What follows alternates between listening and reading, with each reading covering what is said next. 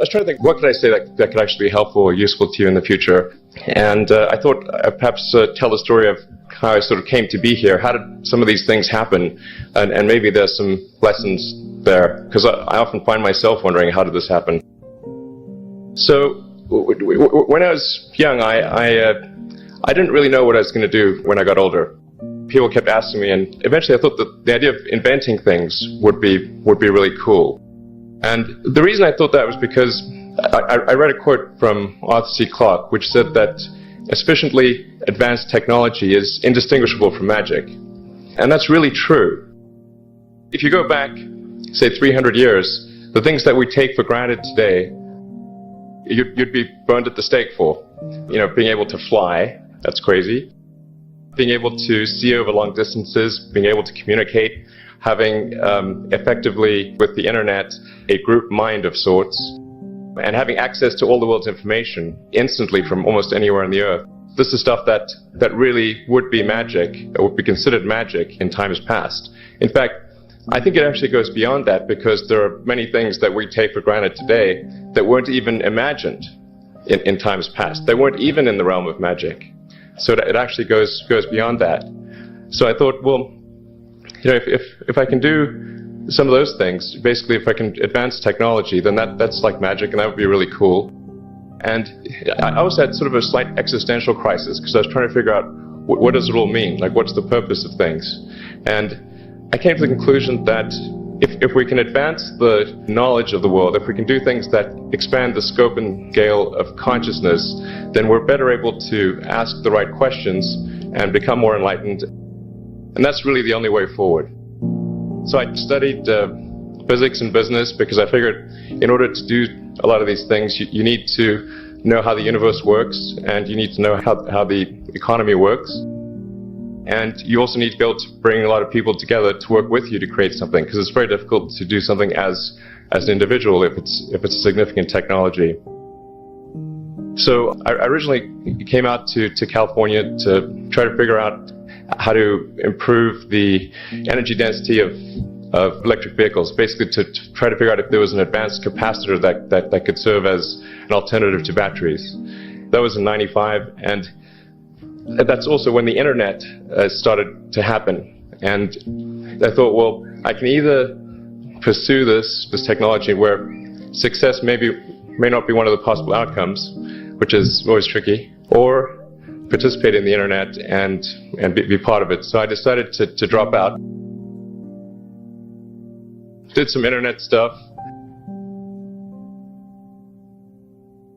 Did a few things here and there. One of which was PayPal. And I think maybe it's helpful to say one of the things that was important then in the creation of PayPal was kind of how it started, because the initial thought was with PayPal was to create an agglomeration of financial services. So to have one place where all of your financial services needs would be seamlessly integrated and work smoothly. And then we had like a little feature which was to do email payments. And whenever we'd show the system off to someone, we'd show the hard part, which was the agglomeration of financial services, which was quite difficult to put together. Nobody was interested. Then we'd show people email payments, which was actually quite easy, and everybody was interested. So this is, I think it's important to take feedback from your environment. You know, you want to be as closed loop as possible.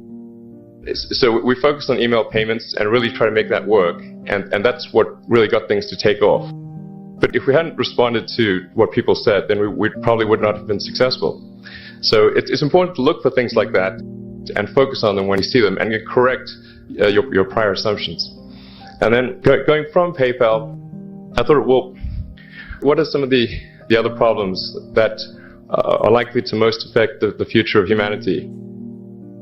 It really wasn't from the perspective of what's the rank-ordered best way to make money, which is okay, but it was really what I think is going to most affect the future of humanity. So I think the biggest terrestrial problem we've got is sustainable energy, but the production and consumption of energy in a sustainable manner. If we don't solve that this century, we're in deep trouble. And then the other one being the extension of life beyond Earth to make life multiplanetary. So the latter is the basis for SpaceX, and the former is the basis for Tesla and SolarCity. And when I started SpaceX, initially I thought that, well, there's no way one could possibly start a rocket company. I wasn't that crazy. I thought, well, what is a way to increase NASA's budget? That was actually my initial goal. So I thought, well, if we can do a low-cost mission to Mars, something called Mars Oasis, which would land seeds in dehydrated nutrient gel, and you hydrate them upon landing, and then you'd have this great sort of money shot of green plants on a red background. The public tends to respond to precedents and superlatives, and this would be the first life on Mars, the furthest that life's ever traveled, as far as we know. And I thought, well, that would get people really excited, and therefore increase NASA's budget. So obviously, the financial outcome from such a mission would probably be zero. So anything better than that was on the upside. So I actually went to Russia 3 times to look at buying a refurbished ICBM, because that was the best deal. And I can tell you it was very weird going there in late 2001, 2002, going to the Russian rocket forces and saying, I'd like to buy 2 of your biggest rockets, but you can keep the nuke. That's a lot more. They thought I was crazy, but I did have money, so that was okay. After making several trips to Russia, I came to the conclusion that actually my initial impression was wrong, because my initial thought was, well, that there's not enough will to explore and expand beyond Earth and have a Mars base and that kind of thing. But I came to the conclusion that that was wrong. In fact, there's plenty of will, particularly in the United States, because the United States is a nation of explorers, of people who came here from other parts of the world. I think the United States is really a distillation of the spirit of human exploration. But if people think it's impossible, or it's going to completely break the federal budget, then they're not going to do it. So after my 3rd trip, I said, okay, well, what we really need to do here is try to solve the space transport problem. And started SpaceX. And this was against the advice of pretty much everyone I talked to. One friend made me sit down and watch a bunch of videos of rockets blowing up. Let me tell you, he wasn't far wrong. It was tough going there in the beginning, because I'd never built anything physical. I mean, I'd built like little model rockets as a kid and that kind of thing, but I'd never had a company that built anything physical. So I had to kind of figure out how to do all these things and bring together the right team of people. And so we did all that and then failed 3 times. It was tough going. Because the thing about a rocket is the passing grade is 100%. And you don't get to actually test the rocket in the real environment that it's going to be in. So I think, so the best analogy for rocket engineering is like if you want to create a really complicated bit of software, you can't run the software as an integrated whole, and you can't run it on the computer it's intended to run on. But the first time you put it all together and run it on that computer, it must run with no bugs. That's basically the essence of it. So we missed the mark there. The first launch, I was picking up bits of rocket near the launch site. It was a bit sad.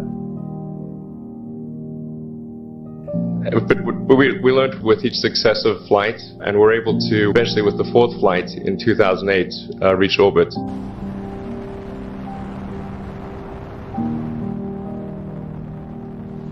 And that was also with the last bit of money that we had.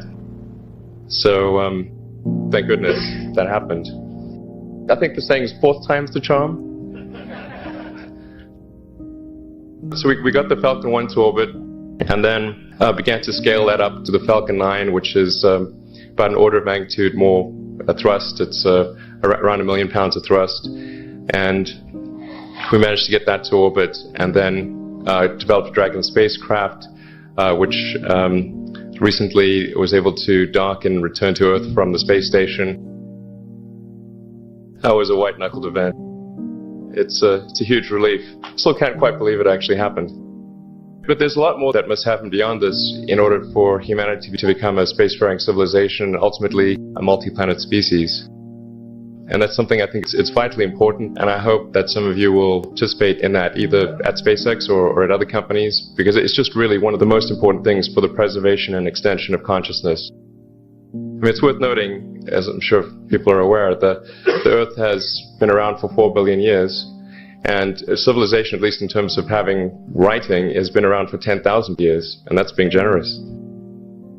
So it's really somewhat of a tenuous existence that civilization and consciousness as we know it has been on Earth.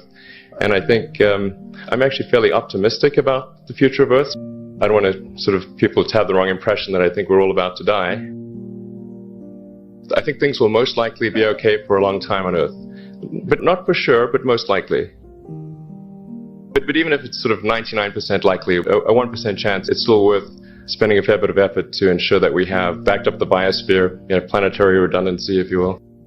So I think it's really quite important. And in order to do that, there's a breakthrough that needs to occur, which is to create a rapidly and completely reusable transport system to Mars, which is one of those things that's right on the borderline of impossible. That's sort of the thing that we're going to try to achieve there with SpaceX.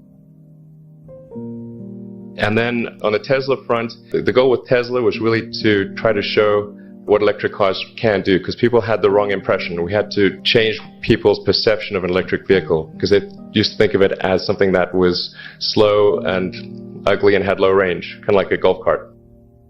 So that's why we created the Tesla Roadster, to show that you can be fast, attractive, and long range. And it's amazing how, even though you can show that something works on paper and the calculations are very clear, until you actually have the physical object and they can drive it, it doesn't really sink in for people. So that, I think, is something worth noting. If you're going to create a company, the first thing you should try to do is create a working prototype. Everything looks great on PowerPoint.